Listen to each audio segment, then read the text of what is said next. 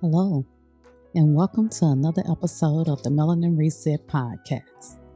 I'm your host, Valarie Winn, and in this episode, I want to get into some hidden truth about Black American history.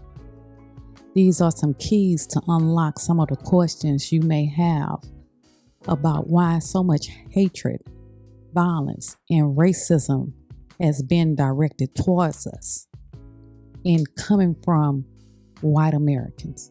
But sometimes that hatred isn't just from white America. It seems like it's from everyone else, including ourselves. So I want to give us some keys to unlock some of the questions that we find ourselves having in regards to why do we receive so much hatred, violence, and racism towards us.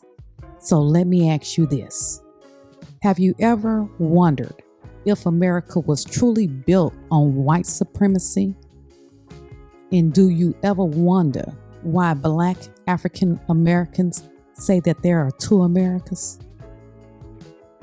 Let me ask you this. Have you ever heard of the lost cause of the Confederacy? Have you ever heard of the daughters of the Confederacy? Have you ever questioned what America teaches its children and who influence the curriculum? Have you ever noticed that at least a third of the American people believe that the Civil War wasn't just about slavery, or they dismissed the notion of slavery at all? Have you ever connected the dots that 1/3 of the American people believed that the insurrection that happened on January 6th was justified? And have you ever wondered why Black African Americans were and still to this day terrorized by and discriminated against whites, and why this country refuses to hold itself accountable for it? Well, if we truly want to understand the state of race in America, we need to know the parts about our past that they didn't teach us in the American public school system. And even to this day, in 2022, there are some parents, the majority of them white, who still doesn't want American history inclusive and the painful parts of American history to be told. This is not some alternative Black history that we're trying to slide into the American history books. It's the truth. It's what happened. It's the lions who are roaring. You know, I tell y'all about an African proverb that is one of my favorites. It says, until the lion writes the story, the hunter will be glorified. Well, we about to get into testament to that African proverb. Okay. And like I said before, this is not some alternative Black history that we're trying to slide into the American history books. It is American history. It is Black history. It is Black American history. It is the truth. And you will understand and you will see that some in white America are projecting. They are thinking, since they did it to us, we're going to do it to them.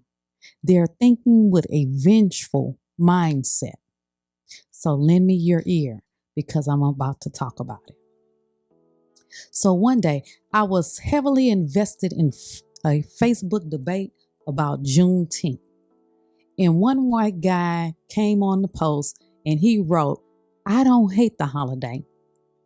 I don't hate anyone. Here's my point, if you care to listen, because how many of you know I can be a little headstrong, but he say, here's my point, if you care to listen.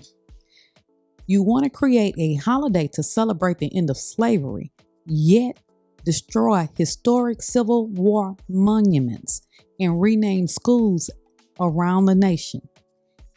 It, like slavery, is part of our history, and it should be remembered. So God forbid it never is repeated. And it was at this moment that I knew that the truth about the American Civil War and what happened after the war was over needed to be taught. There are too many Americans who have been miseducated and are living in ignorance. Just look at what happened on January 6th of 2021. Hearings have been being showed on national TV for the past few weeks about exactly what happened and what went on behind the scene. You see, we have to understand that our votes, the black votes, had them climbing the walls. But I knew that a history lesson about those monuments was needed. You see, the American Civil War was between the North, also known as the Union, and the South, also known as the Confederacy, or the Confederate States of America.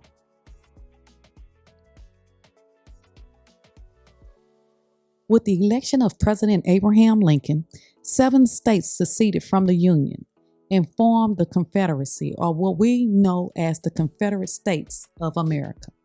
They had their own president. His name was Jefferson Davis. He was the first and only president of the Confederate States of America. He was a Democrat politician and a Southern planner. Before becoming president of the Confederate States of America, Davis served as in both chambers of Congress. He served in the House and he served in the Senate, and he represented the good old state of Mississippi. Jefferson Davis even served as the United States Secretary of War in 1853 to 1857. And in 1861, he was elected as the president of the Confederate States of America, and he held that post until the American Civil War ended in 1865. Are y'all connecting the dots yet? Do y'all notice the parallels and the similarities of the J6 coup of 2021? Have y'all tapped into that just yet? Anyway, by the time the American Civil War was over, there were 11 states in the Confederacy. President Lincoln referred to those rebellious states of the Confederacy as rebelling against the Union.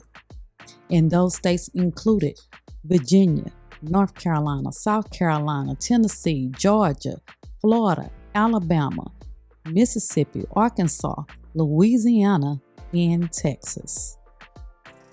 Are y'all connecting the dots yet?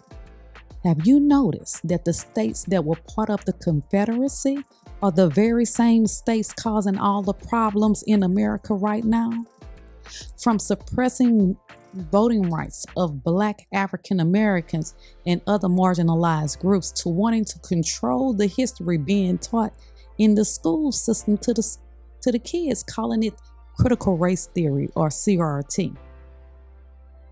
These people are anti-Black, anti-CRT, anti-civil rights, and pro-AR-15s. But anyway, we have to remember that the South, aka the Confederacy, lost the American Civil War, and the abolishment of slavery was the reason for the Civil War.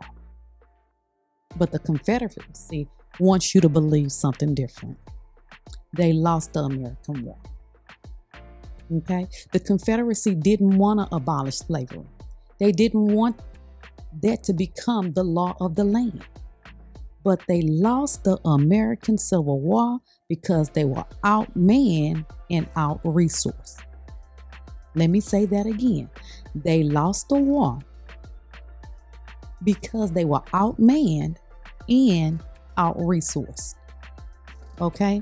Therefore, Confederate General Robert E. Lee surrendered to General Ulysses S. Grant at the Appomattox Courthouse in Virginia on April 9th, 1865. And several of their leaders, the Confederate leaders, were charged with treason after the war, which means that the Confederacy committed treason against the United States of America. And many of their Confederate leaders, including their president, Jefferson Davis, was charged with treason against the United States of America. Y'all can look that up. But does that sound familiar or similar to what's happening in the USA right now? You know, with Trump and the January 6th insurrectionists. Does it sound similar? The only difference is no one who is higher up or higher ranking has been charged with anything yet. But back to the monuments, the Confederate monuments. Those Confederate monuments were trophies to commemorate the lost cause of the Confederacy.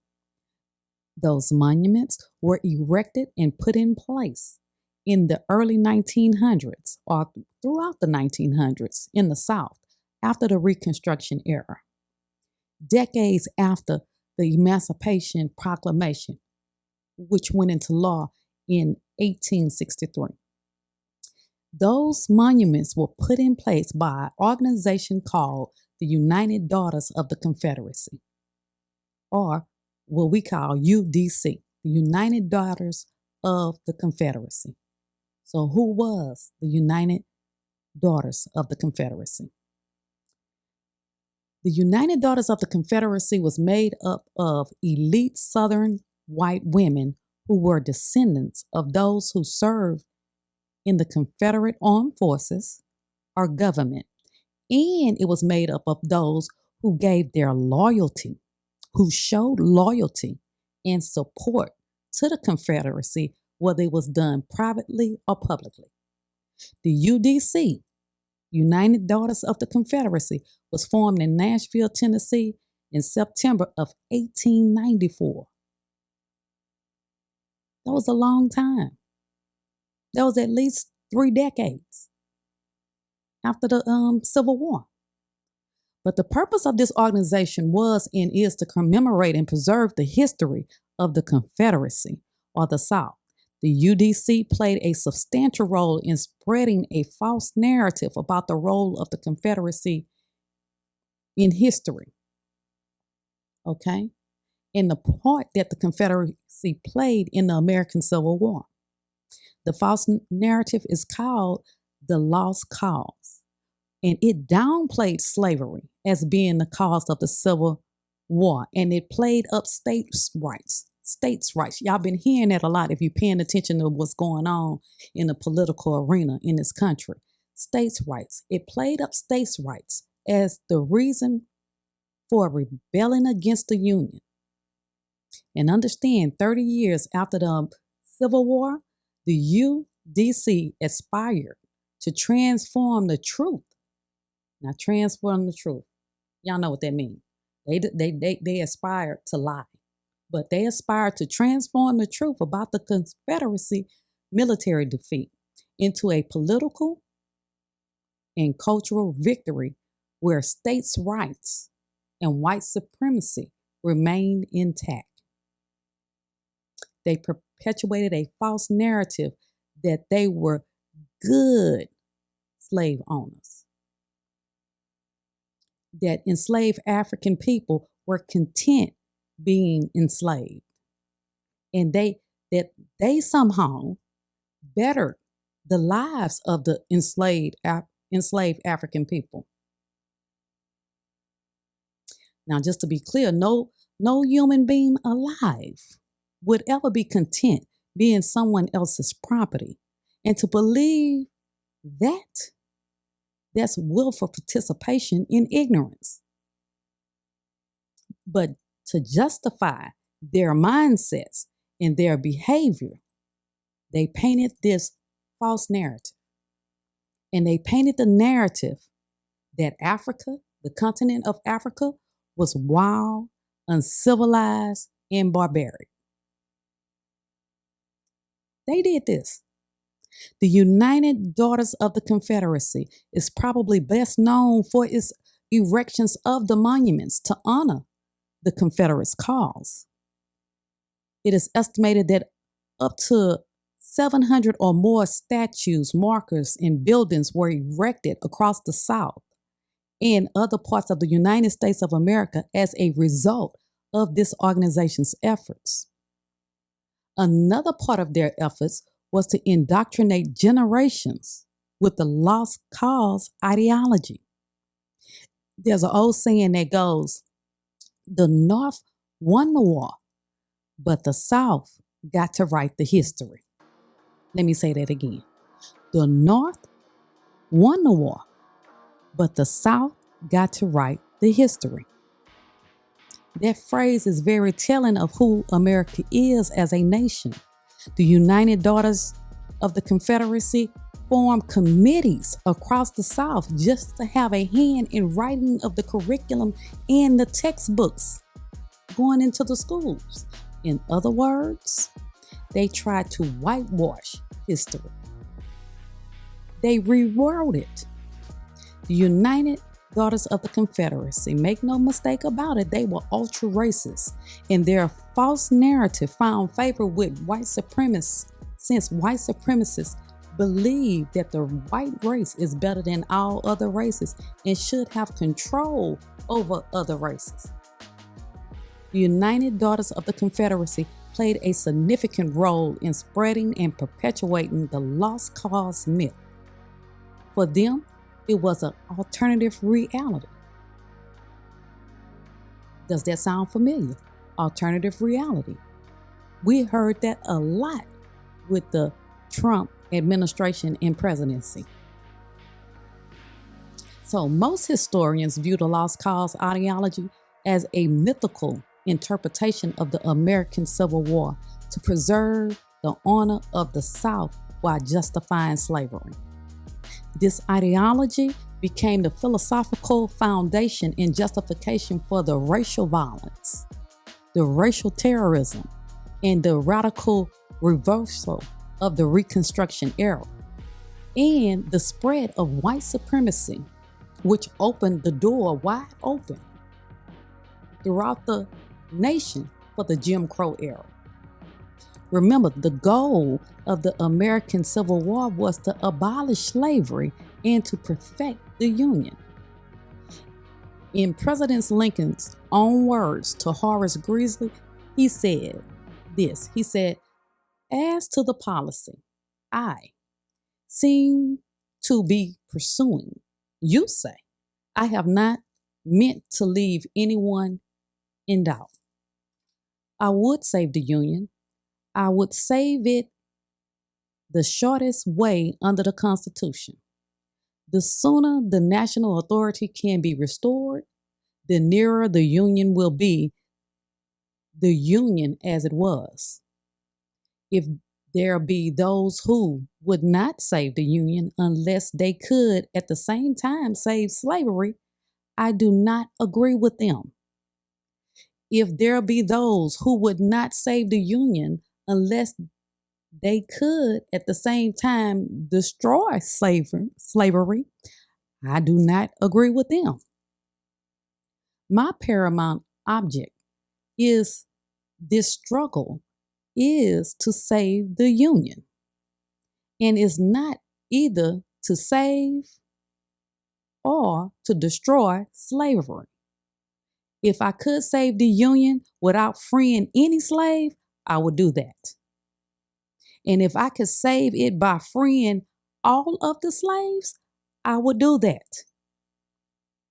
And if I could save it by freeing some and leaving others alone, I would do that.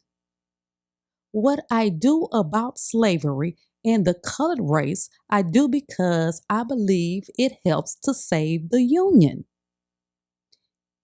In what I forbear because I do not believe it would help to save the Union.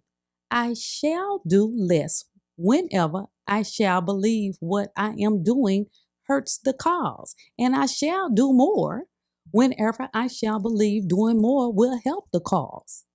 I shall try to correct errors when shown to be errors, and I shall adopt new views so fast as they appear to be true views. As they appear to be true views. Then he went on to say, I have here stated my purpose according to my view of official duty, and I intend no modification of my oft expressed personal wish that all men everywhere could be free. Yours, A. Lincoln. Now, we can debate whether or not Lincoln had a moral obligation to free the slaves, but what we know as fact is that his decision to free the enslaved was made based upon his obligation to the Union. His goal was to unify the North and the South. The United Daughters of the Confederacy's goal was to find acceptance where they could of the lost cause ideology, and they succeeded in doing so. The acceptance of this myth, the big lie, sounds familiar? This racist ideology in the South and in the North, believe it or not, brought the country together. The myth of the lost cause unified the country, but it was at the expense of the civil rights of Black African Americans. The United Daughters of the Confederacy set out to shape and influence the historical memory of the United States of America. For the Southern whites and their Northern allies, they had no intention of moving on and accepting reconciliation without white supremacy. So they constructed another way to oppress Black African Americans. The lost cause was their psychological mourning of their military defeat. We have to understand that slavery was their bread and butter. It was their system of labor and social hierarchy. With the loss of the Civil War, their way of life was destroyed. They could not fathom race relations. Now, yes, they could, but they didn't want to. They were white supremacists. They were so filled with resentment that they started a whole new revolution to oppress American Black Africans, the Jim Crow era. The Jim Crow era lasted 99 years, right through the Civil Rights Movement. The lost cause ideology and traditions gave racist white folks the explanations and stories they needed to lick their wounds of defeat, a reason to understand their loss, and it weaponized hatred towards American Black Africans. The lost cause gave a false narrative of order and revival of old value of the antebellum South, and an antidote against their fear of social and racial change. The lost cause ideology became an emerging theme which basked in the defeat of the American Black African civil and political rights. And every one of them in this ideology had no problem with committing acts of violence and terrorism to accomplish their goals. One of the Confederate glaring stars was General Bradley T. Johnson. Johnson was from Maryland and was very clever. He was an orator that, he spoke well, orator, and he spoke well, and he was a propagandist too. To fashion the lost cause ideology, along with a delusional set of beliefs, he defined slavery as the apprenticeship, check this out, of which salvage races had been educated and trained into civilization by their superiors, meaning white men who were white supremacists. He went further to say and declare that by Yankee conquest, they call the North Yankees, by Yankee conquest, the North, aka the Union, winning the war. Check this out. The Negro, against his will, without any assistance, had been turned loose in America to do his best, or do the best he could, in contest with the strongest race. Now, it goes without saying that Bradley T. Johnson was completely delusional himself. He continued by saying the greatest crime of the century was the emancipation of the Negroes. By the way, remember when Cheetah Trump called Biden winning the 2020 election the greatest crime of the century? Let's connect those dots. Yeah, and I'm going to give him a shameless plug. The title of his new book is also called The Greatest Crime of the Century. So do you see how history is repeating itself? The lost cause. Lost cause. It is important to understand that the lost cause has never died in American culture and politics. It has sustained through all of its relics, its memorabilia and art. It has been glorified in films such as the 1939 film called Gone with the Wind. Frankly, my darling, I don't give a damn. And even in the 2003 film Gods and Generals, this ideology has endured by being accepted as symbolism and used the Confederate battle flag. And that flag symbolizes the opposition of civil rights as well as the Southern identity. It is because of this delusional and racist ideology that civil rights advocates have pointed out the dog whistles of white supremacy. And they have argued that states' rights, traditions rooted in the Confederacy have been used by members of today's Republican Party to suppress the voting rights of American Black Africans and other non-white groups. It was the Confederate mythology that inspired a white supremacist to murder 9 church parishioners in Emmanuel AME Church in Charleston, South Carolina in 2015. It was the Confederate mythology that inspired a large hate-filled march of white supremacists carrying tiki torches and wearing khaki pants in Charlottesville, Virginia in 2017.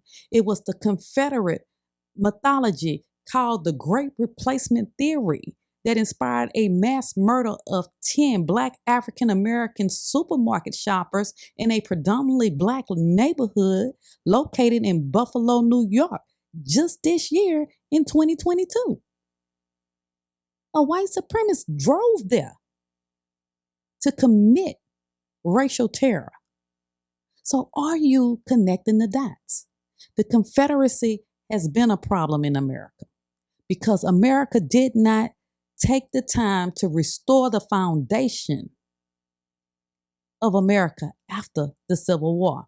It went back to business as usual, trying to perfect an imperfect union. America is at a tipping point.